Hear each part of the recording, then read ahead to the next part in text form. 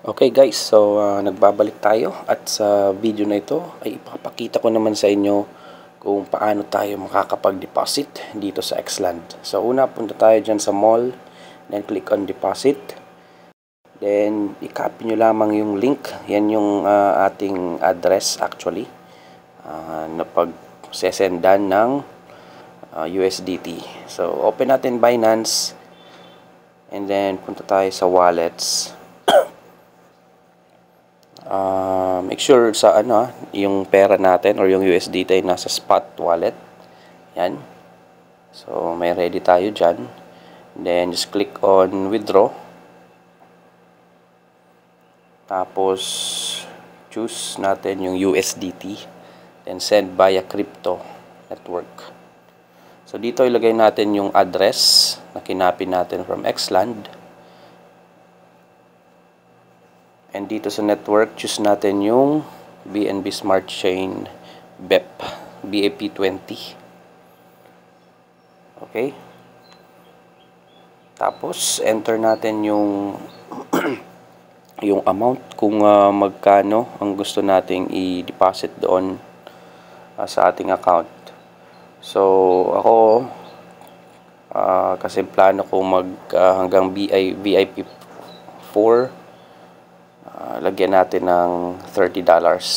Pero make sure na meron kayong extra. Ayan, kasi 29 lang yung papasok kung 30 ang ilalagay. So adjust natin, gawin nating 31. Ayan, para 30.71 USDT. Or nasa 30 USDT yung papasok. So proceed tayo. Just click on withdrawal and just click on confirm. And yan, hintayin natin.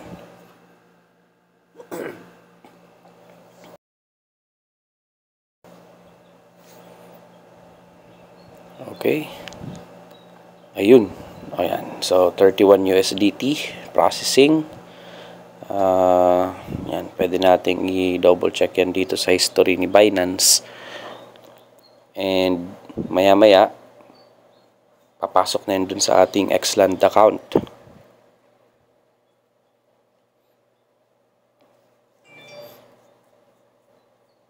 So kahit hindi pa tapos yung processing dito sa Binance, pwede natin i-check kay Xland.